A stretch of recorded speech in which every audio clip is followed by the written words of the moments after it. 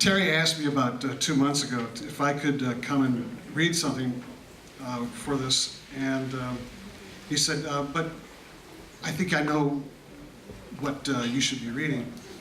And it's something I wrote many years ago, about, let's say 20 plus. And I'll only read part of it. It's from a series of poems called The Art of Nelson Rockefeller. And it's sort of based around two things, as a brief prelude to it. A quote from Nelson from the mid-70s. Some interviewer asked him what criteria he used when he was collecting art. And he said it had to be strong, but not complicated emotionally. And the second part of this, I was reading about his mom, Abby, who used to drag him around the world as she was collecting art, which became the foundation for MoMA.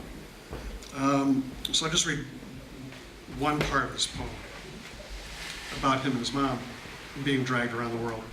Nelson Rockefeller's mother dragged him through the markets of the world, from Peru to the Congo to Moscow to Shanghai to Tokyo to San Francisco, buying anything that was strong but uncomplicated emotionally. Nelson Rockefeller's mother wanted him to have art around him, the art of the world. Small terracotta sculptures of Aztec potters, to Hiroshige woodblock prints of Japan in the mid-1800s, to jewelry worn by a Kumbu priestess, to whole unchipped Chinese vases in blues and reds, to Picasso pencil sketches of minotaurs and women. And Nelson Rockefeller's mother held his hand through the hordes in the marketplace, the barterers and the peddlers from the mountains, weighed down with all the goods they brought into town. And Nelson Rockefeller's mother pulled out her purse, each time pulling out her purse and showing the local denomination to the merchant. This time she wanted that carving, and she showed it to Nelson Rockefeller, his eyes widening at the strange figures. She handled the cash, and Nelson Rockefeller would carry it for her, past the hagglers over bolts of cloth, past the meat hung open in the heat, past the beggars, past the lamp merchants who smuggle opium across the border at night.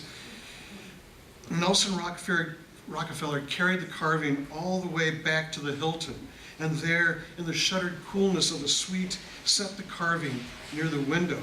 As Nelson Rockefeller's mother washed the dirt of the marketplace from her, he turned to the carving, watched, stared at the strength, noticed the emotion, even in the simple design.